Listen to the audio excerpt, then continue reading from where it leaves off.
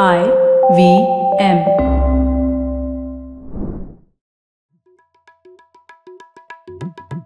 भाई हम हिंदुस्तानियों को बतियाना बड़ा पसंद है।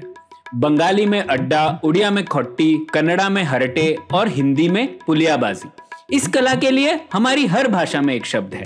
हम तीनों तो अक्सर मिलकर पुलियाबाजी करते ही रहते हैं, तो हमने सोचा आपको भी इसमें शामिल कर लिया जाए। तो आइए प्रणय, सौरभ और ख्याति के साथ करते हैं पुलियाबाजी। हेलो सौरभ, कैसे हैं आप? एकदम बढ़िया। ख्याति, तुम बताओ। बस सब सही चल रहा है। आज हम किस विषय पे बातें करने वाले हैं? हाँ, बहुत दिन हो गए। जैसे हमारे एक पुलियाबाजी श्रोता है, हमेशा कहते रहते हैं कि बहुत दिन हो गए कोई टेक्निकल पुलियाबाजी नहीं हुई।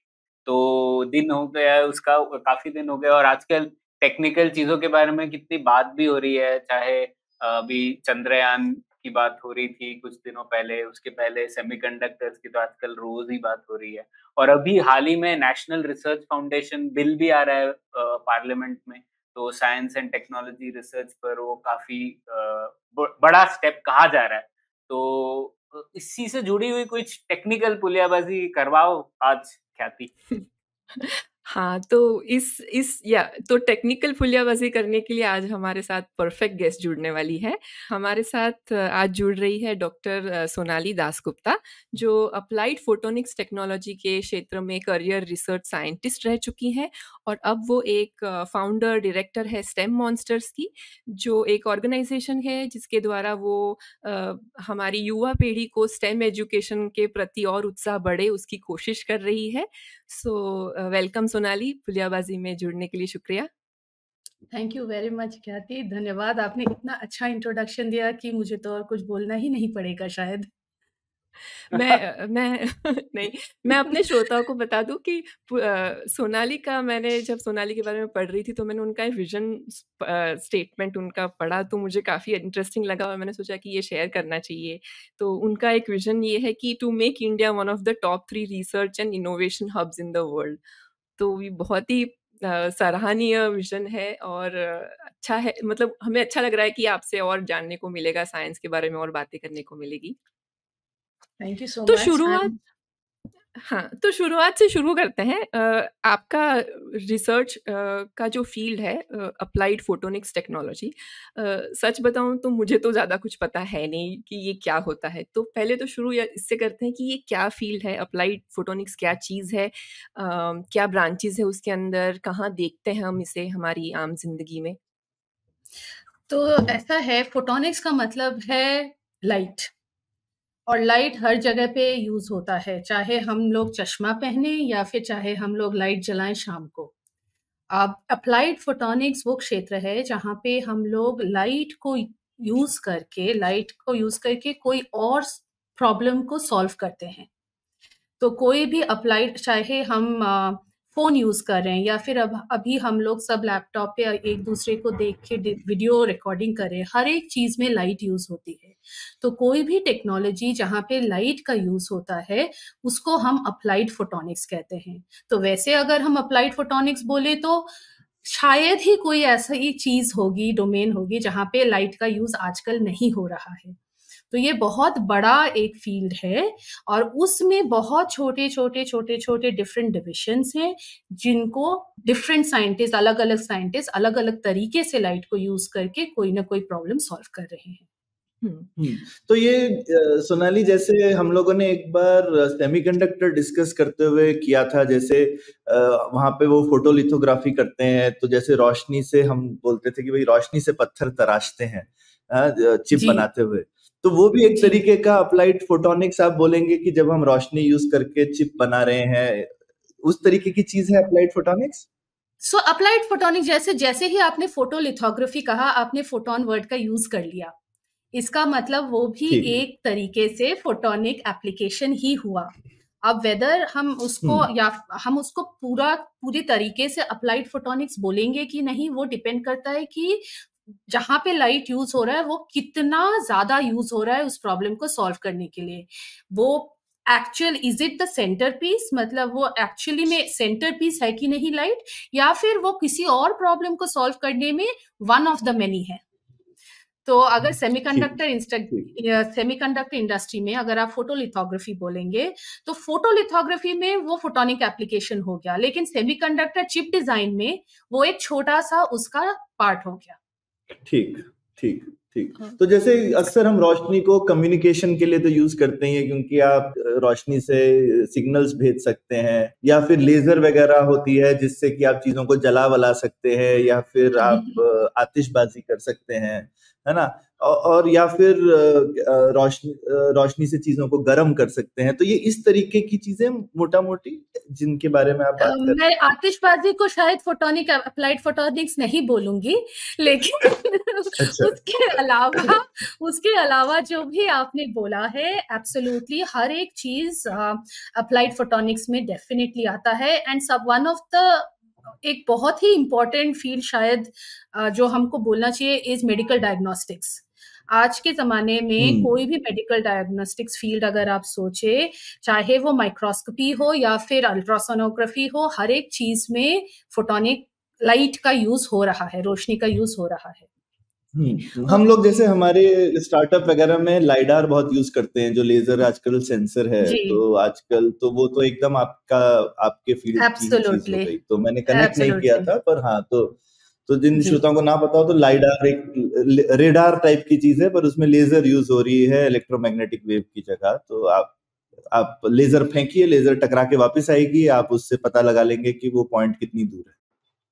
जी, सो रेडार इज ऑल्सो, रेडार भी इलेक्ट्रोमैग्नेटिक वेव है, लाइट भी इलेक्ट्रोमैग्नेटिक वेव है, बस ये वेवलेंथ का डिफरेंस हो जाता है। हाँ, ये वेवलेंथ का डिफरेंस हो जाए। इवन लाइडार में यूजुअली हम लोग विजिबल नहीं यूज करते हैं, हम लोग इंफ्रारेड लाइट यूज करते हैं, डिपेंड करता है। सो हम लोग पर ये भी आपका डेफिनेटली अप्लाइड फोटोनिक्स हो गया। सो कहीं भी मैंने वही बोला शुरू में, आप अपनी चारों ओर अगर देखेंगे, शायद ही कोई ऐसी टेक्नोलॉजी है आजकल जिसमें लाइट यूज नहीं हो रहा है।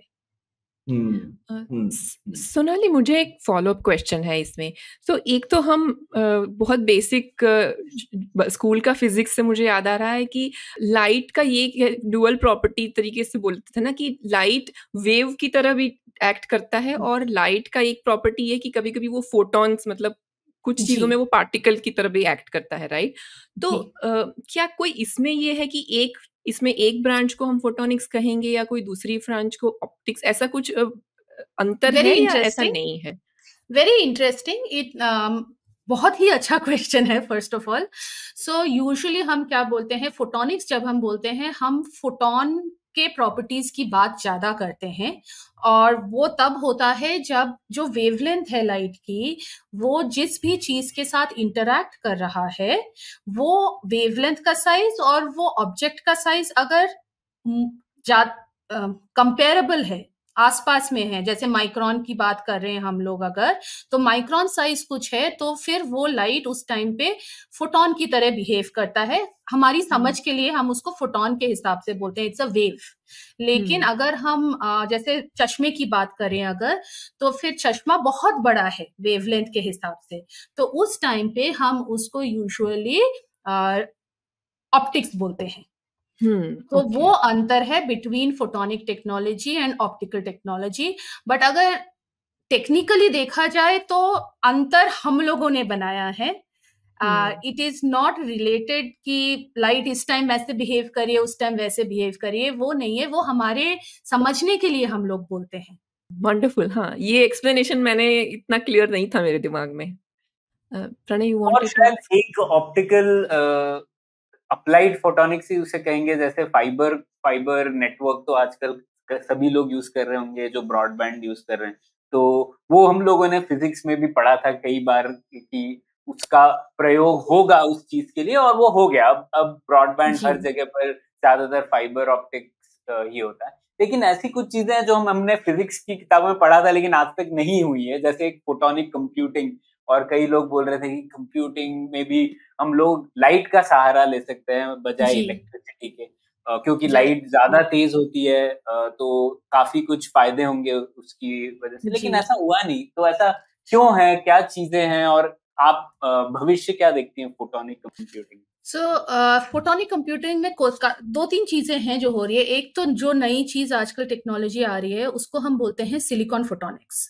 तो अभी तक हम जो फाइबर ऑप्टिक्स की बात कर रहे हैं वो भी सिलिका से ही बना होता है, but it is not pure silicon. वो सिलिका SiO2 होता है, सिलिकॉन एलिमेंट और ऑक्सीजन मिला के जो हम बालू बोलते हैं, तो उसको रिफाइन करके वो फाइबर ऑप्टिक्स बनता है। लेकिन एक और अपकमिंग फील्ड है जिसको हम सिलिकॉन फोटोनिक्स बोलते हैं, जहां पे वो फाइबर की बात नहीं कर रहे हैं, हम अभी चिप्स की बात कर रहे हैं, इलेक्ट्रॉनिक चिप्स की बात।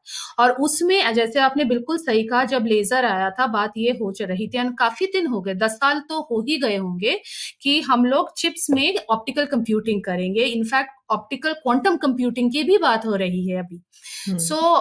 कोई भी टेक्नोलॉजी आम जनता के पास तब आता है जब वो चीप हो जाता है, मतलब उसको बनाने में जितना पैसा जाता है वो अगर अफोर्डेबल नहीं होगा तो कोई भी टेक्नोलॉजी प्रेवेलेंट या फिर सब आम जनता के पास नहीं आता है। तो अभी तक सिलिकॉन फोटोनिक्स उस लेवल तक नहीं पहुंचा है जहां पे हम उसको नॉर्मली यूज कर पाए। इसलिए हम आपको और मुझे अभी सिलिकॉन फोटोनिक्स की डिवाइसेस अभी बाजार में नहीं मिल रही हैं। साइंस का जो प्रोग्रेस है it is very closely linked with economics. कोई भी टेक्नोलॉजी तभी उसमें फंडिंग जाएगी, तभी वो चीज पॉपुलर होगी जब उसको हम इस लेवल तक पहुंचा पाए कि उसको बनाने में जितना पैसा जा रहा है उससे बेनिफिट ज्यादा आ रहा है। तो तो सोनाली, ये जैसे सॉलिड स्टेट, तो ये जो सॉलिड स्टेट लाइडार वगैरह हैं वो सिलिकॉन फोटोनिक्स होते हैं क्या? नहीं, solid state lidars are solid state lidars basically are the laser which जो लेजर यूज होता है those are solid state lasers।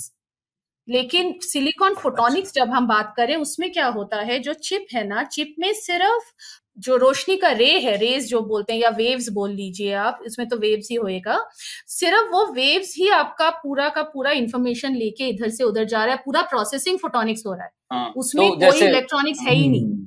तो 1-0 स्टोर करना है, जो भी है डेटा प्रोसेसिंग सब कुछ उसी में हो रहा है। जैसे अभी अगर हम कम्युनिकेशन की बात करें, कम्युनिकेशन में सिग्नल तो हमारा ऑप्टिक्स जा रहा है, लाइट जा रही है सिग्नल के हिसाब से, लेकिन जहां पे वो शुरू हो रहा है और जहां पे वो खत्म हो रहा है, जिसको हम सिग्नल प्रोसेसिंग बोलते हैं, सिग्नल प्रोसेसिंग अभी भी इलेक्ट्रॉनिक्स के द्वारा किया जा रहा है, लाइट के द्वारा नहीं किया जा रहा। सो सिमिलर थिंग उसमें भी वही है कि लाइडार में लाइट तो आपका मैप कर रहा है पूरा, लेकिन उसका जो प्रोसेसिंग हम लोग कर रहे हैं वो प्रोसेसिंग आपका इलेक्ट्रॉनिक चिप कर रहा है। तो जो सिलिकॉन फोटोनिक्स का जो विजन है दैट इज सब कुछ ऑप्टिक्स में होगा, पूरा का पूरा प्रोसेसिंग। अब ये दोनों वर्ड समझने में लग रहा है, इलेक्ट्रॉनिक्स और फोटोनिक्स। ठीक है, तो पूरा इलेक्ट्रॉनिक्स, वहां पे इलेक्ट्रॉन नहीं है, इलेक्ट्रॉनिक्स जो है वो सब फोटोन से आप कर लीजिए, तो फिर आपकी जो चिप है वो पूरी की पूरी वैसी एक मेरे को सिर्फ एक डिवाइस पता है जो इलेक्ट्रॉनिक्स में मैंने अक्सर देखा है, वो होते हैं ये ऑप्टो कपलर्स वगैरह, लेकिन वो शायद बहुत ही सिंपल डिवाइस है तो वो बना लेते हैं लोग। तो ऑप्टो कपलर काफी अच्छे हैं पहले से। कपलर एक छोटी सी चीज है ना, कपलर आपका स्विच के हिसाब से हो गया कि किसी भी एक लाइन को आप 2 लाइन में तो सिर्फ कपलर नहीं, काफी चीजें ऐसी हैं जो कि ऑप्टिक्स डिवाइसेस में, ऑप्टिकल डिवाइसेस हैं जो कि हम लोग यूज करते हैं, जैसे इवन स्विचेस, एम्पलीफायर्स, ये सारा ऑप्टिकल डोमेन में होता है। लेकिन एक पूरा का पूरा सर्किट बनाने के लिए आपको काफी कुछ डिवाइसेस यूज करनी होंगी, और वो चीजें अभी तक, जैसे मक्स डीमक्स भी है आपका, वो भी हम यूज करते हैं। लेकिन प्लीज मुझे बता दीजिएगा अगर ज्यादा टेक्निकल टर्म्स यूज हो रहा है। नहीं कोई बात नहीं, हमारे श्रोता लोग सब टेक्निकल लोग हैं। परफेक्ट। तो अभी क्या हो रहा है, जैसे कपलर्स तो बहुत यूज हो रही हैं डेफिनेटली, एम्पलीफायर्स वो तो काफी पहले यूज हो गई थी, लेकिन उसके बावजूद प्रोसेसिंग जो है ना वो अभी भी इतना एफिशिएंट नहीं हुआ है कि हम लोग सब कुछ फोटोनिक डोमेन में कर पा रहे हैं। And that is something which will definitely change. ये डेफिनेटली फ्यूचर में जाके ये चेंज जरूर आएगा, लेकिन एज आई सेड अभी भी उस लेवल तक जाने के लिए there is a lot to be done. पर सोनाली, इसमें फायदा, जैसे हम लोग ये कहते हैं क्योंकि लाइट ज्यादा तेजी से ट्रैवल करेगी तो डेटा थ्रूपुट जो हमें मिलेगा वो ज्यादा। पर ऐसा क्यों है, फोटोन इलेक्ट्रॉन से इतना ज्यादा तेज क्यों होता है? फोटोन तो इलेक्ट्रॉन जो है, इलेक्ट्रॉन ट्रेवल करता है कॉपर वायर के थ्रू से, यूजुअली इलेक्ट्रॉनिक वायर के थ्रू से। तो उसमें जब बहुत सारे इलेक्ट्रॉन्स, मिलियंस ऑफ इलेक्ट्रॉन्स जा रहे हैं, वो आपस में टकराते हैं। जब वो टकराते हैं उससे हीट पैदा होती है। तो जब वो हीट पैदा होती है, आपका लॉस ऑफ एनर्जी बहुत ज्यादा होता है। That is number 1। So now that वो चीज हमारा स्पीड के साथ नहीं, I am talking of energy loss. दूसरा हम आते हैं स्पीड के ऊपर। स्पीड कोई भी चीज, जैसे हम जानते हैं, सिर्फ इलेक्ट्रोमैग्नेटिक वेव ऐसी चीज है जो कि फास्टेस्ट इन द यूनिवर्स जाती है, क्योंकि वो इलेक्ट्रोमैग्नेटिक वेव है, वो एक चीज नहीं है, वो वेव है, सिर्फ एनर्जी मूव कर रहा है। तो कोई भी चीज जो कि पार्टिकल नहीं है, वो आपका फास्टर जाएगा ही जाएगा। अब वही लाइट जब हम ऑप्टिकल फाइबर के थ्रू भेजते हैं, वो बहुत स्लो हो जाता है, वो वैक्यूम के स्पीड से। फिर अगर हम उसको इलेक्ट्रॉन्स के साथ कंपेयर करेंगे, तो फिर इलेक्ट्रॉन एक चीज हो गई और वेव एनर्जी फॉर्म हो गया। तो द एनर्जी फॉर्म तभी भी आपका फास्टर ही ट्रेवल करेगा as compare to the electron. समझ में आया। अच्छा, ये भी नई चीज मुझे समझ में आई सोनाली। तो जो फाइबर ऑप्टिक होती है, उसमें लाइट की स्पीड से नहीं जाती है लाइट, मतलब जो वैक्यूम वाली हम बोलते हैं 3 लाख किलोमीटर पर सेकेंड। नहीं, इट इज मच स्लोअर। वो अबाउट सिलिका में it is around 3 lakh divided by 1.55 approximately. ठीक। नहीं, तो इस जैसा कि आप कह रही थी सोनाली, तो फिर आजकल चैलेंजेस क्या हैं? क्यों ये जो एक विजन था वो अभी तक रियलाइज नहीं हुआ है? तो कहाँ पर बात अटकी है? ये सिर्फ कमर्शियलाइजेशन पे अटकी है बात, कि जैसे, क्योंकि मैं इसलिए पूछ रहा हूँ, जैसे अभी चिप्स एक्ट आया है यूएस में भी, तो उसमें भी एक काफी पोर्शन रखा गया है एडवांस रिसर्च के लिए, और उस रिसर्च में एक चीज है फोटोनिक्स के लिए भी रखी गई है। और तो बात कहाँ पर अटकी है आज के लिए? सो एक तो है जो टेक्नोलॉजी जरूरत होती है फोटोनिक चिप्स को बनाने के लिए, clean rooms and state of the art laboratories, that is very expensive. जो चाहे आप ऑप्टिक, अभी जो फाइबर्स टेलीकॉम में यूज होते हैं वो तो कमर्शियलाइज हो गए, तो उसके लिए भी फिर भी जब आप उसका प्रोसेसिंग करते हैं, बनाते हैं, you still need a clean room. Similarly, चाहे क्लीन रूम शायद ज्यादा बोल दिया मैंने, but you still need a clean environment. Similarly जब हम सिलिकॉन फोटोनिक्स की बात कर रहे हैं, एक तो है कमर्शियल एस्पेक्ट कि वो बहुत एक्सपेंसिव है, दूसरा है लाइट जो टेक्नोलॉजी है, जो साइंस है, वो अभी तक हम उस लेवल पे पहुंचे नहीं। Not the science, the technology, अभी तक हम उस लेवल पे पहुंचे नहीं है जहां पे लॉस, जो एनर्जी लॉस हो रहा है टू डू द प्रोसेसिंग, वो एक्सेप्टेबल लेवल पे आया है। जब फाइबर ऑप्टिक्स, ऑप्टिकल फाइबर पहली बार डिस्कवर हुआ था, उसमें लॉस था 20 dB पर मीटर, मतलब कि 1 बाय, आप समझ लीजिए 3 dB इज 50%, तो वो 20 dB था। वो 20 साल बाद जाके अभी के लेवल पे पहुंचा है, जब हमने रियलाइज किया कि हम सिलिका को प्यूरिफाई कर सकते हैं 99.99% तक। सिमिलरली अभी सिलिकॉन टेक्नोलॉजी उस लेवल पे नहीं पहुंचा है जहां पे हम लोग लॉसेस को रिड्यूस कर सकते हैं, जिस लेवल पे वो यूजेबल हो सकती है। So it is a material plus technology problem, it is not one problem. तो कोई भी क्षेत्र पूरी तरीके से डेवलप होने के लिए उसको वो 20 साल देना ही पड़ेगा। हम लोग एक बात कहते थे जब हम लैब में काम करते थे कि table top in the lab और टेबल इन द शॉप के बीच में 20 साल का अंतर होता है, और कोई भी प्रोडक्ट उस 20 साल को उसको जाना ही है, उससे पहले वो नहीं पहुंच सकता है आपका। तो silicon photonics is at that stage. पर 20 साल में हो जाएगा, वो भी बहुत बढ़िया चीज है, आपको लग रहा है? I am hopeful, I believe in photonics, but मुझे कॉस्ट का लगता है definitely it will be a big hindrance, क्योंकि अभी भी जैसे ऑप्टिकल फाइबर्स हैं, सिर्फ नॉर्मल फाइबर्स जो हम जिसको single mode multi mode fibres कहते हैं, वही सिर्फ कमर्शियलाइज हुई हैं। अभी भी जो चीजें स्पेशलाइज्ड फाइबर्स बोलते हैं, फोटोनिक क्रिस्टल फाइबर्स, एंड जिसको हम स्पेशल फाइबर्स भी होते हैं, तो वो अभी भी बहुत लिमिटेड जगहों पे यूज हो रही हैं, क्योंकि उसका कॉस्ट अभी भी बहुत हाई है, और कुछ ही लैब्स हैं पूरे वर्ल्ड में जो कि उन फाइबर्स को बना सकती हैं। तो बट आई एम होपफुल, क्योंकि अगर कोई टेक्नोलॉजी ऐसी है जो कि सस्टेनेबल भी है तो वो फोटोनिक्स टेक्नोलॉजी है। आपके ये सस्टेनेबल कहने से मुझे एक और सवाल याद आया कि अभी आप कुछ देर पहले बात करते वक्त मुझसे भी बता रही थी कि एक एक्सपेरिमेंट हुआ है दिसंबर 2022 में, जिसमें एक बड़ा ब्रेक थ्रू आया है जो फ्यूचर में शायद क्लीन टेक्नोलॉजी के हिसाब से एक ब्रेक थ्रू हो सकता है। हालांकि ये काफ़ी नए स्टेज में है, पर उसमें लेज़र का उपयोग हुआ है और उसके थ्रू फ्यूजन करने की कोशिश हुई है। तो थोड़ा उसके बारे में बता सकते हैं कि ये क्या एक्सपेरिमेंट था, उसमें क्या हुआ है, आगे क्या हो सकता है उसका? ये बहुत ही एक्साइटिंग एक एक्सपेरिमेंट हुआ है। अगेन ये एक्सपेरिमेंट शुरू हुआ है शायद 10-15 साल पहले से। There is a laboratory in US, national ignition facility बोलते हैं उसको, लिवर्मो में, और वहां पे वो लोग कोशिश कर रहे हैं फ्यूजन से एनर्जी बनाने का। फ्यूजन का एक साथ जोड़ के उससे एनर्जी बनती है, जैसे कि सन में होता है। सन का जो एनर्जी है, धूप की जो एनर्जी है, वो फ्यूजन के थ्रू होती है। तो अगर हम फ्यूजन कर पाए अर्थ पे, तो हमारे पूरे वर्ल्ड का एनर्जी प्रॉब्लम सॉल्व हो सकता है, और सस्टेनेबली। लेकिन तो ये जो एक्सपेरिमेंट हुआ था, वो तो 2 तरीके हैं जिसमें से फ्यूजन हो रहा है। एक फ्रांस में हो रहा है, वो लोग कुछ और यूज कर रहे हैं। They are using something which is an electromagnetic method, tokamak use करके। दूसरा जो प्रयोग चल रहा है वो लिवर्मो में है, वो लोग लेजर यूज करके कर रहे हैं। वो क्या कर रहे हैं, एक छोटा सा 1 सेंटीमीटर बाय 1 सेंटीमीटर का हाइड्रोजन का एक पैलेट समझ लीजिए, वो लिया हुआ है उन्होंने, और उस पे 196 शायद नंबर, शायद थोड़ा 1-2 इधर उधर हो सकता है, हाई पावर लेजर्स लेके वो सारे लेजर्स को उन्होंने कॉन्सेंट्रेट किया है वो छोटी सी एक हाइड्रोजन पैलेट के ऊपर।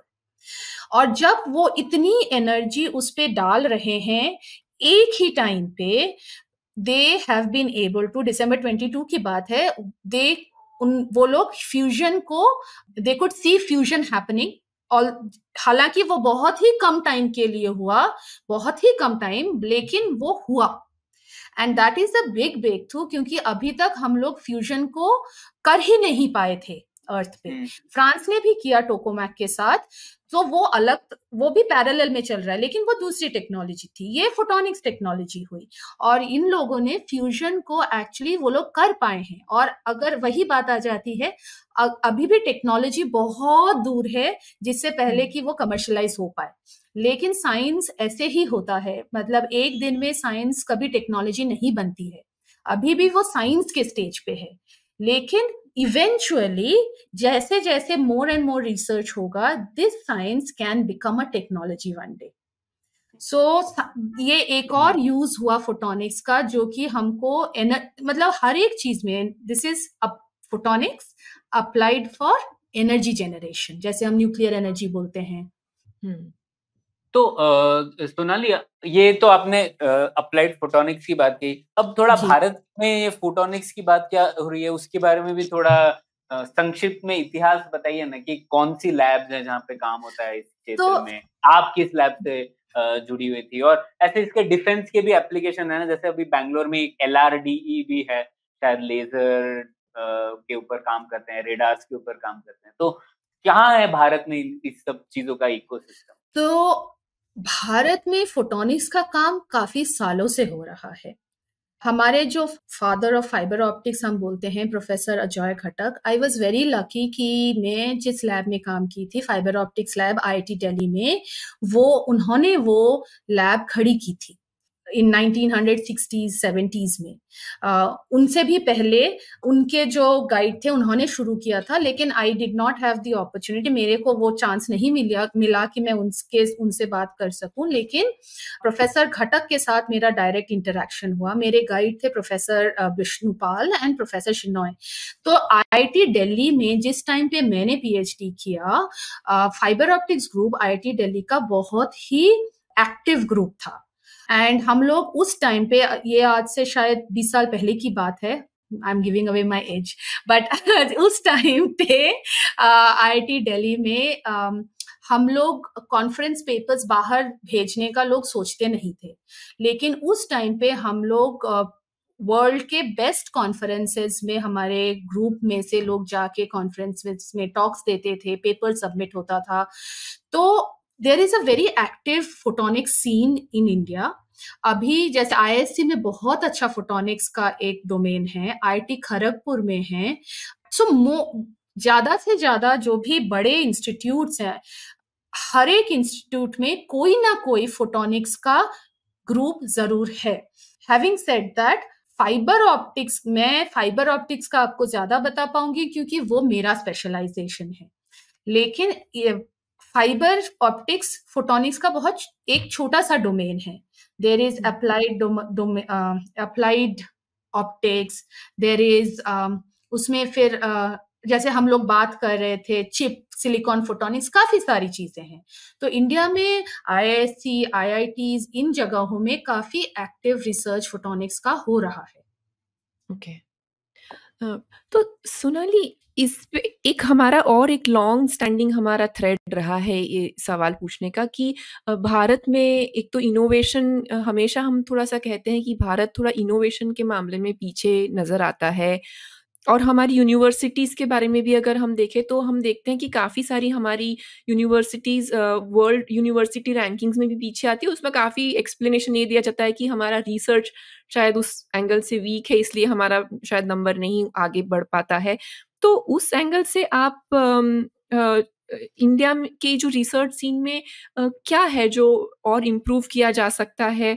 और एक तो ये लोग कहते हैं कि हाँ, हमारा तो, हम एक डेवलपिंग कंट्री है तो हमारे पास ऑब्वियसली फंडिंग तो लिमिटेड ही है, तो ये एक सवाल तो रहता ही है। बट क्या फंडिंग के आगे और भी कुछ सिस्टेमिक इश्यूज है जो हमें रोक रही हैं? क्योंकि आपका एक्सपीरियंस रहा है इस क्षेत्र में, तो आप कुछ और बता पाएंगे इस पे? देखिए, इनोवेशन, मुझे नहीं लगता कि इंडियंस इनोवेशन में कहीं भी पीछे है। जहाँ पे इम्प्रूवमेंट की जरूरत है, प्रगति की जरूरत है, वो है रिसर्च में। क्योंकि इनोवेशन तभी होगा अगर आपके पास फाउंडेशन स्ट्रांग है। तो हम लोग अगर रिसर्च एंड इनोवेशन को हम लोग एक साथ बोलते हैं, लेकिन ये समझना बहुत जरूरी है कि कोई भी नया टेक्नोलॉजी इनोवेशन तभी होता है जब उसका साइंस स्ट्रांग होता है। हम पिछले आधे घंटे से वही बात कर रहे हैं कि पहली चीज होती है साइंस। वो साइंस जब अच्छे से समझ में आ जाती है, फिर वो चीज बनती है टेक्नोलॉजी, फिर आगे जाके वो चीज बनती है इनोवेशन, जहां पे जाके हमारा कॉस्ट कम हो जाता है और हम पब्लिक के लिए वो इनोवेशन अवेलेबल कर देते हैं। तो जहां पे प्रॉब्लम मुझे लगता है ऐसा है कि स्टूडेंट्स, इंडिया में स्टूडेंट्स बहुत स्मार्ट है, वी हैव इनोवेशन एप्टीट्यूड, लेकिन जहां पे हम लोगों का प्रॉब्लम आ रहा है वो है साइंटिफिक एप्टीट्यूड में। क्योंकि एंड उसमें काफी चीजें हैं, ऐसा नहीं है, दिस इज अ फैक्ट, मैं ये फैक्ट के हिसाब से बता रही हूँ, मैं ये फॉल्ट के हिसाब से नहीं बता रही। हर एक देश में अपना फॉल्ट होता है, अपना स्ट्रेंथ होता है। This is not a fault, this is a fact. अब बात यह है कि हम इसको सॉल्व कैसे कर सकते हैं, how can we improve the innovation.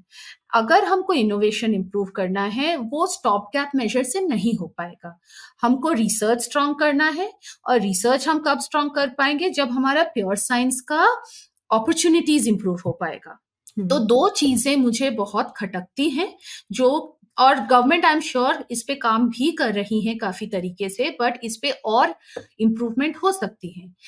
One is कि जो प्योर साइंसेस रिसर्च है, जहां पे हम लोग 10 में से 9 बच्चा कंप्यूटर साइंस के पीछे नहीं भाग रहा है, वो हमको बच्चों के लिए या फिर ग्रेजुएट्स के लिए हमको वो रिसर्च अट्रैक्टिव बनाना है कि there is opportunity after science. अभी तक क्या होता आ रहा है कि जो भी प्योर साइंस करता है वो या तो प्रोफेसर बन जाता है, टीचर बन जाता है, या फिर ट्यूशन कराने लग जाता है। That has been the generic. ये जनरली हमको लगता है कि क्या ही ना करोगे, बीएससी एमएससी पीएचडी करके क्या करोगे, प्रोफेसर बन जाओगे। लेकिन वो चीज चेंज करना बहुत जरूरी है। हमको जैसे प्रोफेसर्स भी चाहिए, वैसे ही हमको स्मार्ट टेक्नोलॉजिस्ट भी चाहिए। और वहां पे आती है बात विच इज ब्रिग, जो कि मेरे को सेकंड चीज पे लाती है, दैट इज इंडस्ट्री और एकेडमिया। इन दोनों में लिंकिंग बहुत स्ट्रांग होना जरूरी है। हम कभी भी इंडस्ट्री को डेवलप नहीं करा पाएंगे अगर हम बोलेंगे कि एकेडमिया अपनी पास रहे, वो सिर्फ साइंस करती रह जाए, और इंडस्ट्री अपनी पास रहे, वो सिर्फ टेक्नोलॉजी करती रह जाए। क्योंकि साइंस अगर अप्लाई नहीं होता है फॉर बेटरमेंट ऑफ सोसाइटी तो साइंस का कोई मतलब नहीं है। सिमिलरली टेक्नोलॉजी अगर ऐसा कुछ नहीं सॉल्व करती है जहां पे सिर्फ पैसे और इकोनॉमिक्स उसको डिफाइन करता है, तो वो किसी भी देश के लिए अच्छा नहीं हो सकता है। So there has to be a balance and an interconnection between science and industry. So pure science को और अट्रैक्टिव बनाना बहुत जरूरी है। अभी मैं 1 महीना पहले शायद एक न्यूज़पेपर आर्टिकल में पढ़ रही थी कि सारी जगह, इनफैक्ट यूके में भी अभी very recently they have decided कि जिस जिस कोर्स में बच्चे एनरोल नहीं कर रहे हैं वो कॉलेजेस से वो कोर्स बंद कर रहे हैं। सिमिलरली इंडिया में क्या हो रहा है कि जिस जिस कॉलेज में जैसे प्योर साइंस में कोई नहीं जा रहा है तो वो कॉलेज का पूरा डिपार्टमेंट बंद हो रहा है, और इधर हम लोग 10 AI खड़ा कर रहे हैं। प्योर साइंस में अपॉर्चुनिटी नहीं रिसर्च होगा, हम 10 साल में 50 साल पीछे चले जाएंगे। सिर्फ AI करके कोई देश आगे नहीं बढ़ सकता है, और वो चीज तभी होगी जब गवर्नमेंट से सपोर्ट आएगा, इंडस्ट्री से सपोर्ट आएगा कि जो बच्चे प्योर साइंस करना चाहते हैं, and I am not saying pure only, मैंने अप्लाइड साइंस किया है, लेकिन जो बच्चे साइंस करना चाहते हैं उनके पास अपॉर्चुनिटी हो। और वो तभी होगा जब इंडस्ट्री और एकेडमिया साथ में मिलके काम करेंगे। मैं जब रिसर्च कर रही थी यूके में, देयर वाज इतने सारे प्रोजेक्ट्स थे इंडस्ट्री के जिन पे हम लोग काम करते थे, क्योंकि द स्मार्टेस्ट ब्रेन्स वो सब R&D लैब में ही होते हैं ना। मुझे ये पता है कि IITs में there is a lot of interconnection IIT और इंडस्ट्री का होता है, लेकिन सिर्फ IIT करके क्या होगा? It has to go beyond this, right? ये ब्रॉडर इकोसिस्टम में होना चाहिए। सिर्फ जो हमारी टॉप कॉलेजेस है वहां पे तो है, लेकिन उसके आगे हम सोचते हैं कि अरे, और एक्चुअली आपकी बात सही है कि हम स्टेम को तो सब बोलते हैं, सब पेरेंट्स चाहते हैं कि साइंस तो बच्चा पढ़े, वो तो पहले हम चाहते ही है, लेकिन साइंस पढ़ने के बाद तुम या तो डॉक्टर बनो या तो इंजीनियर बनो, और इंजीनियर बनो तो फिर MBA करो, कंप्यूटर साइंस इंजीनियर बनो। हाँ।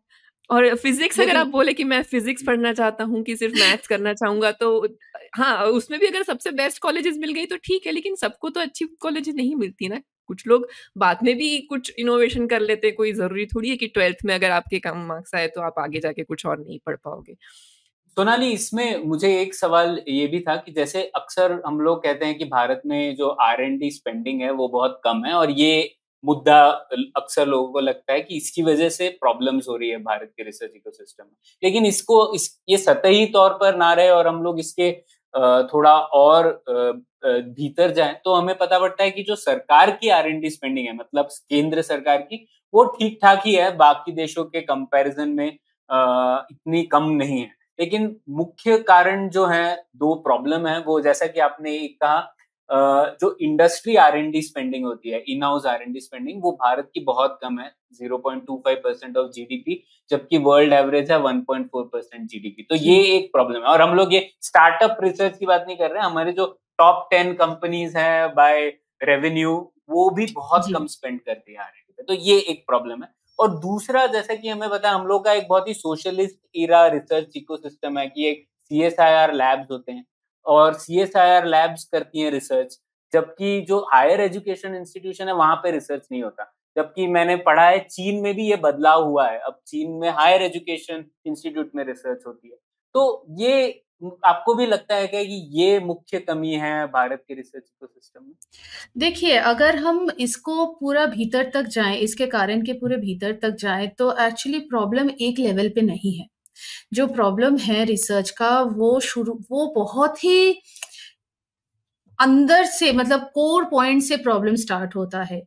इंडिया में सबसे ज्यादा बच्चे स्टेम को फॉलो करते हैं। स्टेम माने तो साइंस, टेक्नोलॉजी, इंजीनियरिंग, मैथमेटिक्स। सबसे ज्यादा बच्चे चाहते हैं कि हम लोग स्टेम फॉलो करें। उसके बावजूद हमारा जो रिसर्च आउटपुट है वो बहुत ही कम है।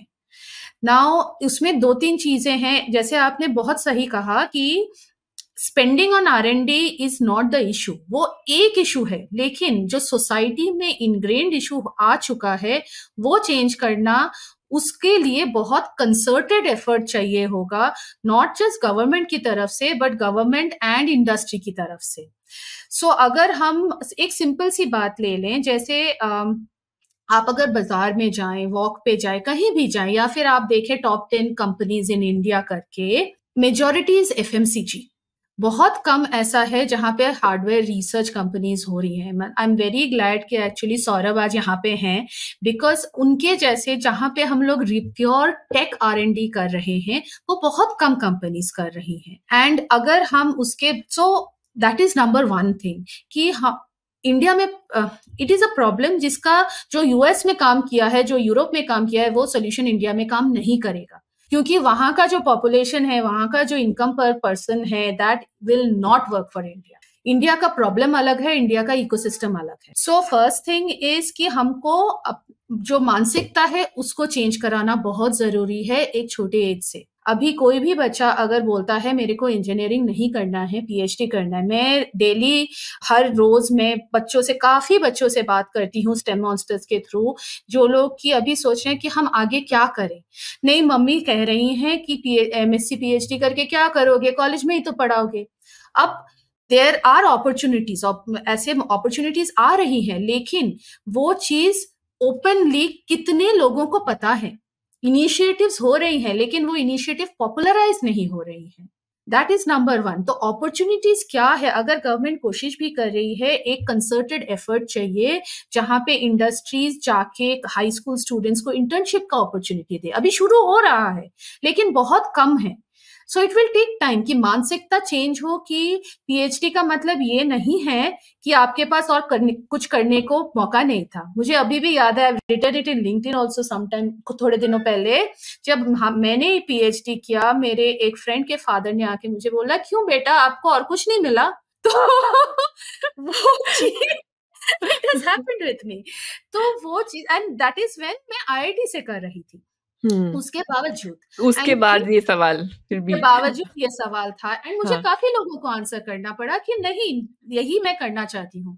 फिर मैंने जब जाके बोला कि अच्छा मैं लैब कर रही हूँ, मैं R&D लैब्स में काम करती हूँ। अभी भी अगर आप देखें, अगर कोई भी PhD who is a good PhD, unfortunately we like, हमें पसंद हो या ना हो, टू अ सर्टेन एक्सटेंट बात सही है, कुछ नहीं मिल रहा है, स्टाइपेंड मिलेगा, PhD कर लेते हैं, वो मोटिवेशन नहीं होना चाहिए। आई स्टिल फील कि जो बच्चा, जैसे हम JEE के लिए कट ऑफ रखते हैं, PhD के लिए भी हमको कट ऑफ रखना चाहिए। PhD के लिए भी हमको स्मार्ट बंदों को लाना चाहिए जिन पे हम इन्वेस्ट करें, है ना? तो I think it is important कि वो जो मानसिकता है वो बच्चों को शुरू से रोल मॉडल दें हम लोग, कि देखो रोल मॉडल सिर्फ आपका स्टीव जॉब्स नहीं है, your role model can also be Abdul Kalam, your role model can also be a PhD in biology, somebody who has done something, somebody who is a scientist. So it starts, वो एक बहुत छोटी as से start करना और बिल्कुल grass root level पे from ground up करना बहुत जरूरी है। टॉप डाउन अप्रोच काम नहीं करेगा, क्योंकि top down by the time वो 3 लेयर नीचे आएगा वो फिजल आउट हो जाएगा। लेकिन अगर हम ग्राउंड अप पॉलिसीज बनाएं जहां से इट इज इनग्रेन्ड कि this is glamorous, I want to do this, तो ही ये चीज इफेक्टिव हो सकती है। एंड ये हुआ एजुकेशन के टाइम पे, बच्चों पे, राइट? अभी अगर कोई भी हायर स्टडीज करके PhD करके जॉब अप्लाई करता है बाहर के देश में, ऑटोमेटिकली जो रिस्पेक्ट उसको मिलता है बिकॉज उन्होंने PhD की है, बहुत ही दुख की बात है। चेंज हो रहा है लेकिन बहुत ही दुख की बात है, वो कंप्लीटली उल्टा है भारत में अभी भी। ऐसा क्यों?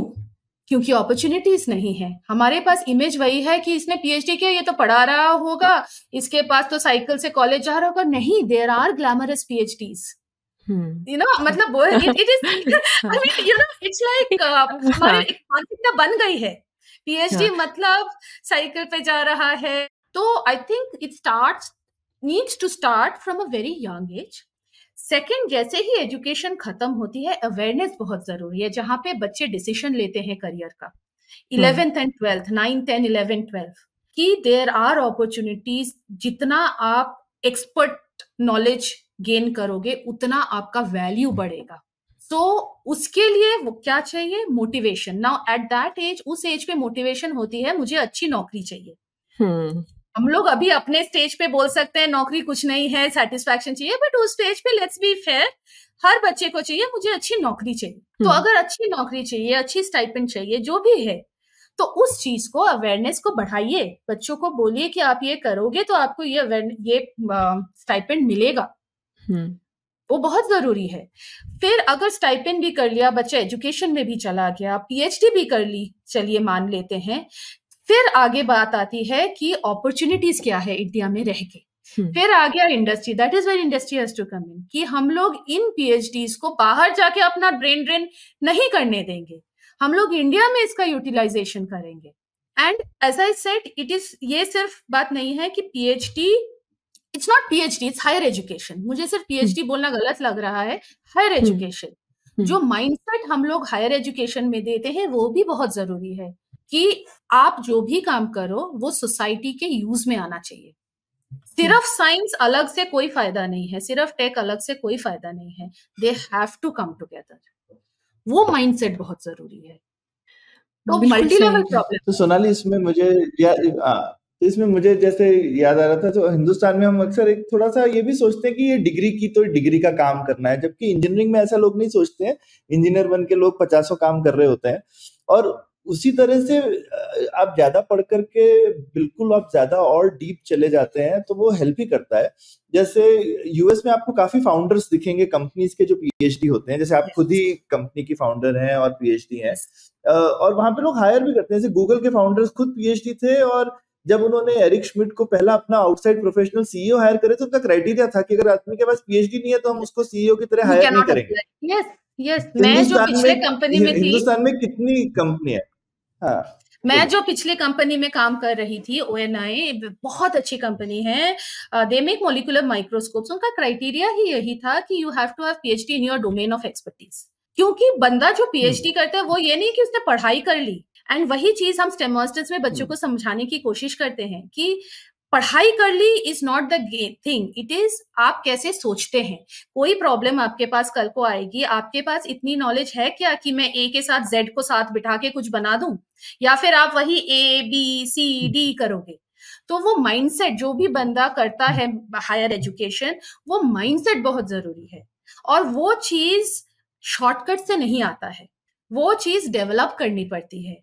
एंड ये कॉन्वर्सेशन सिर्फ पीएचडी के बारे में नहीं है, ये कॉन्वर्सेशन है कि हम कैसे यूथ को, युवा पीढ़ी को ये समझाएं कि हर चीज सिर्फ मार्क्स और फर्स्ट जॉब ऑफर पे डिपेंड नहीं करता है। अगर आप किसी भी चीज में डीप जाके एक्सपर्ट बनोगे, आपकी वैल्यू हर जगह होगी, आप जहां चाहो वहां जाके अपना वैल्यू शो कर सकते हो। मैंने एकेडमिक R&D भी की है, मैंने कॉर्पोरेट R&D भी की है, now I am running my own company. And जो ट्रांसफरेबल स्किल्स हम लोग सीखते हैं through all of this, that is what needs to be inculcated. वो सीखना, वो डालना बच्चों में या यूथ में बहुत जरूरी है। बिल्कुल। जैसे अभी मैं हिंदुस्तान का एग्जांपल दे सकता हूँ। जैसे टीवीएस मोटर्स के जो भी चेयरमैन है, उन्होंने एक जर्मन व्यक्ति हायर किए जो कि पीएचडी हैं। उनको शायद हिंदुस्तान में उतना क्वालिफाइड आदमी नहीं मिल रहा होगा, तो लोग सोचते हैं कि हिंदुस्तानी कंपनी नहीं करेंगी, लेकिन जब वो ढूंढती हैं तो वो लोग भी नहीं मिलते हैं, क्योंकि हिंदुस्तान में उतने लोग उतना डीप जा नहीं रहे हैं। और आपको चाहिए उस तरीके का टेक्निकल एक्सपर्टीज इस तरीके की चीजों को मैनेज करने के लिए। सोनाली, एक लास्ट क्वेश्चन पे आते हैं। जब हम बात करते हैं तो औरतें बहुत कम नजर आती है स्टेम करियर्स में, और उसमें भी शुरू के तबके में तो मतलब स्टार्टिंग पॉइंट में तो बहुत होती है, बट जैसे एक वर्ड है ना ये ग्लास सीलिंग, लेकिन मैंने कहीं और भी कहीं पढ़ा है, और मेरा खुद का भी एक्सपीरियंस ऐसा रहा है कि ये एक छन्नी जैसा है। मतलब हम एक उस पे ना हम धीरे धीरे गिर जाते हैं, मतलब वो पाइपलाइन में से हम धीरे धीरे हटने लगते हैं, तो वो फाइनल लीडरशिप तक पहुंचने के लिए बचते ही नहीं है औरतें, खास करके स्टेम करियर्स में। इवन साइंस में भी इतनी सारी होती है, लेकिन अभी सब लोग IT और कंप्यूटर साइंस में तो बहुत सारी मिलेंगी, लेकिन उसके अलावा आप देखने जाओ तो बहुत। तो इस चीज को, एक तो इसका कारण क्या है, और शायद हम इसको कैसे फिक्स कर पाएँ? मतलब क्या क्या किया जा सकता है इसको चेंज करने के लिए? मैं शायद आंसर तो नहीं दे पाऊँगी, लेकिन मेरे एक्सपीरियंस के हिसाब से मैं आपको थोड़े पॉइंटर ज़रूर हम इस डिस्कशन में ला सकते हैं। आपने बिल्कुल सही कहा, इंडिया में, भारत में स्पेशली, पूरे वर्ल्ड में अगर हम कंपेयर करें, भारत में जो लड़कियाँ स्टेम, साइंस और टेक्नोलॉजी लेके हायर एजुकेशन करती हैं, वर्ल्ड के टॉप 3 में है। मतलब बहुत हाई नंबर है हमारा। लेकिन वही चीज़ अगर हम करियर में higher leadership in STEM through like women following higher leadership careers में देखें, we are amongst the lowest. तो बीच में एक बहुत बड़ा गैप है जहां पे एजुकेशन छोड़ के करियर तक वो स्टेप नहीं हो पा रहा है। अगेन ये चीज भी सोसाइटी मानसिकता में है। आई थिंक पूरा का पूरा जो इकोसिस्टम है, वो इकोसिस्टम को बदलना बहुत जरूरी है। सबसे बड़ी चीज जो मुझे लगती है, एंड अगेन वो फिर जंग घूम के सोशल माइंडसेट पे चली जाती है बात, जब हम लड़कियों को बड़ा कर रहे हैं, हम में से बहुत लोगों के पास डॉटर्स होंगी, हम लड़कियों और लड़कों से एक्सपेक्टेशन हमारा चेंज डिफरेंट होता है। ये मैंने ऑब्जर्व किया है जब मैंने हजारों बच्चों से काम किया, उनके पेरेंट्स के साथ बात की है। हम लड़के को बोलते हैं कि आपको इंडिपेंडेंट होना है, आपको पढ़ाई करनी है, आपको साइंस करना है, इंजीनियरिंग करना है, PhD करना है, चाहे जो भी करना है। लड़कियों को बोलते हैं अच्छे से पढ़ाई करो, अच्छे नंबर लाओ, उसके आगे क्या। तो हायर एजुकेशन तो बहुत कर लेते हैं, पेरेंट्स एनकरेज भी करते हैं कि जाइए पढ़ो, अच्छी पढ़ाई करो, नंबर लाओ, मेडल लाओ। लेकिन कितनी बार हम उनको बोलते हैं आपको कल को जाके एक करियर बना के आपको अपने पांव पे खड़ा होना है। और गलती वहां पे होती है, देखिए बच्चे for a very long time बड़े होने के बावजूद उनका सबसे बड़ा मोटिवेशन होता है कि मेरे मम्मी पापा मुझे एडमायर करें, मेरे मम्मी पापा मुझे शाबाश बोले। जब तक हम वो शाबाशी का डेफिनेशन चेंज नहीं करेंगे, नहीं बोलेंगे कि आपको जाके कल अपनी कंपनी खड़ी करनी है, तब तक ये प्रॉब्लम चलती रहेगी। दैट इज नंबर 1 कि चेंज द एक्सपेक्टेशन। बट लड़कियों को ये मत बोलिए कि नंबर ले आओ, लड़कियों को ये बोलिए कि आप जाके अपनी कंपनी बनाओ, कल आप इस कंपनी का CTO बनाओ, तब मैं जाके आपको प्रेशर देने की बात नहीं है, एक्सपेक्टेशन की बात है। एंड द सेकेंड इज, दूसरी जो चीज है वो है support system. Support system again from the industry. अब बहुत MNCs ऐसी हैं जहां पे जैसे डे केयर है तो बच्चे को हम छोड़ सकते हैं। देयर इज अभी तो काफी कंपनीज फ्लेक्सिबल वर्किंग आवर्स ला रही हैं, काफी कंपनीज वर्क फ्रॉम होम ला रही हैं सपोर्ट देने के लिए लेडीज को। बट मुझे कहीं ना कहीं पे ये भी जरूर लगता है कि सिर्फ उतना ना इनफ नहीं है, क्योंकि जैसे आपने कहा IT is fine, computer science is fine, क्योंकि वहां पे फिर भी it is not hardcore research या फिर हार्डकोर STEM। इतना फास्ट पेस्ड है कंपनीज आजकल, या स्टार्टअप स्पेशली इतना फास्ट पेस्ड है कि जो रिक्वायरमेंट्स है ना वो बहुत प्रेशर डालता है किसी भी लेडी, किसी भी वुमन के ऊपर, a woman who is trying to build a career. And वहां पे expectation from man and woman, again वही एक्सपेक्टेशन की बात आ जाती है। कंपनी जो मैन से एक्सपेक्ट करता है वही चीज वुमन से एक्सपेक्ट करता है, विच इज 100% फाइन। लेकिन कल को अगर कोई कितनी कंपनीज हैं जहां पे पैटर्निटी लीव, अभी ये नई चीज शुरू हो रही है पैटर्निटी लीव इन इंडिया, लेकिन अगर जब तक ये चीज नॉर्मलाइज नहीं होगी, अगर आपका पार्टनर आपको सपोर्ट करना भी चाहता है, उसके पास भी तो वो फ्लेक्सिबिलिटी होनी चाहिए ना, that I should have flexible hours ताकि मैं अपनी वाइफ को सपोर्ट कर सकूं। हम सिर्फ ये क्यों बोलेंगे कि विमेन हैव फ्लेक्सिबल आवर्स, क्योंकि जैसे ही हम वो बोलते हैं कि women should have flexible hours, हम ये मान लेते हैं कि ये वुमेन का रिस्पॉन्सिबिलिटी है कि वो बच्चे का ख्याल रखे। हम ये क्यों नहीं बोलेंगे कि main and women both should have flexible hours. तो ताकि पिता भी तो अपने जाके बच्चों को ख्याल रखे। 50% डे वो जल्दी जाए, 50% डे वाइफ भी जा सकती है। And this is something which is very different between Europe. मुझे यूएस का नहीं पता, I have not worked in US, but Europe this is a done thing. My boss, he was the director of the R&D lab, and वो जाते थे कि नहीं मुझे मेरी बेटी को पिकअप करने जाना है, लेकिन मैंने यहाँ पे अपने फ्रेंड्स को देखा है जो बंदे हैं कि नहीं मैं कैसे जा सकता हूँ, मेरा मीटिंग है, क्योंकि उसकी कंपनी में उसका बॉस बोलेगा तुम क्यों जा रहे हो, तुम्हारी वाइफ क्यों नहीं पिकअप कर रही है। It's not about giving flexibility to women, it is about expecting the same thing from man and woman. बिल्कुल, ये आपने बहुत बढ़िया चीज बोली सोनाली, और इसी से लगता है मतलब प्रणय का जैसे एक सवाल था कि भाई ये टेक्नोलॉजी साइंस सिर्फ अगर हम अमीर हो जाएं एज अ देश तो क्या अपने आप ही बढ़ जाएगा, लेकिन अपने आप नहीं बढ़ेगा। मतलब जब तक ये थोड़े सोशल चेंजेस नहीं आएंगे, जहां हम साइंस चाहते हैं कि हमारे बच्चे पढ़ें, जहां पे बच्चे साइंस पढ़ना चाहते हैं, जहां पे इंडस्ट्री साइंस में इन्वेस्ट करना चाहती है, तो थोड़ी चीजें चाह से भी आती हैं, सिर्फ पैसे से तो ये चीजें नहीं आ सकती। तो दोनों ये एक आपने बहुत इंटरप्ट नहीं करना चाहती थी, लेकिन अगर यही बात होती प्रणय तो फिर आज तो सऊदी अरेबिया सबसे टेक्निकली डेवलप्ड देश होता, अगर सिर्फ पैसे की बात है। मुझे लगता है पैसे से भी चाह आती है सौरभ। मतलब यही है कि अगर अब लोग necessary but not sufficient, necessary but not sufficient condition.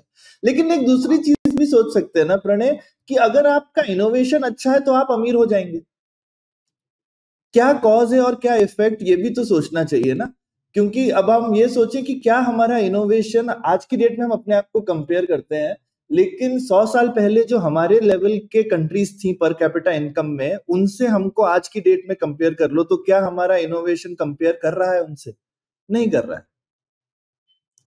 हम आज की डेट में हम काफी सारे वेस्टर्न कंट्रीज से आगे है ना। जो वो 100 साल पहले थे उससे स्टेट तो हमारी आगे है, बहुत आगे है।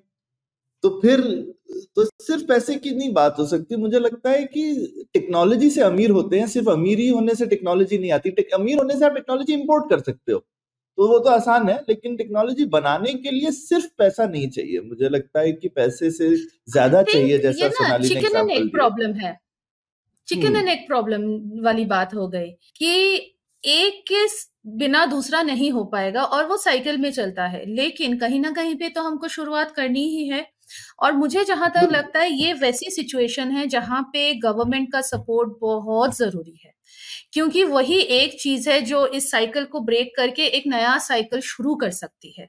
एंड काफी चीजें ऐसी होती हैं, अगर आप चाइना का ले लीजिए, I do not support China, I am not saying it's the best example, लेकिन मुझे ये जरूर याद है कि जब मैं पीएचडी कर रही थी, थोक के भाव में चाइनीज स्टूडेंट्स आ रहे थे अपना हायर एजुकेशन करने के लिए यूरोप में, एंड वो वापस जाते थे तो मैं बहुत पूछती थी कि आपको किसने स्पॉन्सर किया, आप लोग कैसे आए, हम तो स्कॉलरशिप पे गए, तो आप कैसे आए? तो वो बोलते थे गवर्नमेंट ने हमको स्पॉन्सर किया है, हम लोग वापस जाएंगे तो हमारे पास ये है। अब अगर वो गवर्नमेंट पुश हुआ और हमने 100 पीएचडीज बना लिए, 100 में से 2 तो अच्छा निकलेगा, और वही 2 कल को जाके और 20 को पढ़ाएगा, तो कहीं ना कहीं पे वो साइकिल तोड़ना बहुत जरूरी है। और वो साइकिल तभी टूटेगी जब गवर्नमेंट और इंडस्ट्री मिलके एक कंबाइंड एफर्ट डाल पाएगी इस चीज पे, और सोसाइटी भी फिर अपना माइंडसेट उसके साथ चेंज करे ताकि वो तीनों मिलके आए। नहीं, बहुत बहुत आपने अच्छे से समझाया सोनाली, और आज की बड़ी ज्ञानवर्धक पुलियाबाजी हुई। बहुत मजा आया आपसे बात करके, बहुत कुछ सीखने को मिला। उम्मीद है हमारे श्रोताओं को भी बहुत कुछ सीखने को मिला होगा। आपके दिल में कुछ सवाल आते हैं इस चीज को लेकर के, कुछ सुझाव आते हैं, तो हम लोगों को जरूर बताइए। आज की डिस्कशन के लिए बहुत बहुत शुक्रिया sir. Thank you so much. मेरे को बहुत अच्छा लगा ऐसे इम्पोर्टेंट चीजों पे बात करने के लिए, जहाँ पे हम लोग विचार कर पाए, और शायद इसमें से कोई एक विचार कोई ऐसा जना सुनेगा जो इसको आगे लेके जाके इस पे काम कर पाएगा। Thank you so much. एक मैं अनाउंसमेंट करना चाहती थी हमारे श्रोताओं के लिए कि हम जितना भी हो सकता है तो हम इम्पॉर्टेंट लिंक्स हमारे शो नोट्स में डालते हैं, तो आप अपने हमारे शो नोट्स भी पढ़िए, उसके अंदर लिंक्स होते हैं, तो उसको ज़रा देखिए। शुक्रिया। उम्मीद है आपको भी मज़ा आया। यह पॉडकास्ट संभव हो पाया है तक्षशिला इंस्टीट्यूशन के सपोर्ट के कारण। तक्षशिला पब्लिक पॉलिसी में शिक्षा और अनुसंधान के लिए स्थापित एक स्वतंत्र संस्था है। आप दुनिया के किसी भी कोने में हो, आपकी उम्र कुछ भी हो, अगर आप पब्लिक पॉलिसी, विदेश नीति या टेक्नोलॉजी गवर्नेंस में रुचि रखते हैं तो तक्षशिला की वेबसाइट takshashila.org.in पर उनके कोर्सेज को जरूर चेक कीजिए। और अगर आप पुलियाबाजी में शामिल होना चाहते हैं तो हमसे कनेक्ट कीजिए puliyabazi@gmail.com पर या फिर @puliyabazi ट्विटर पर। शुक्रिया। IVM